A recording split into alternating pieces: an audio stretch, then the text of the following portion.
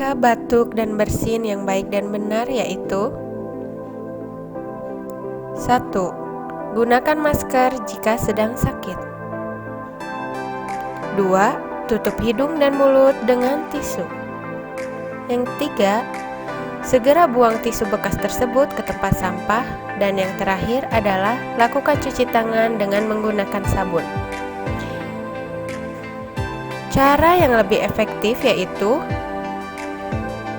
tutup mulut dan hidung dengan lengan atas bagian dalam seperti gambar.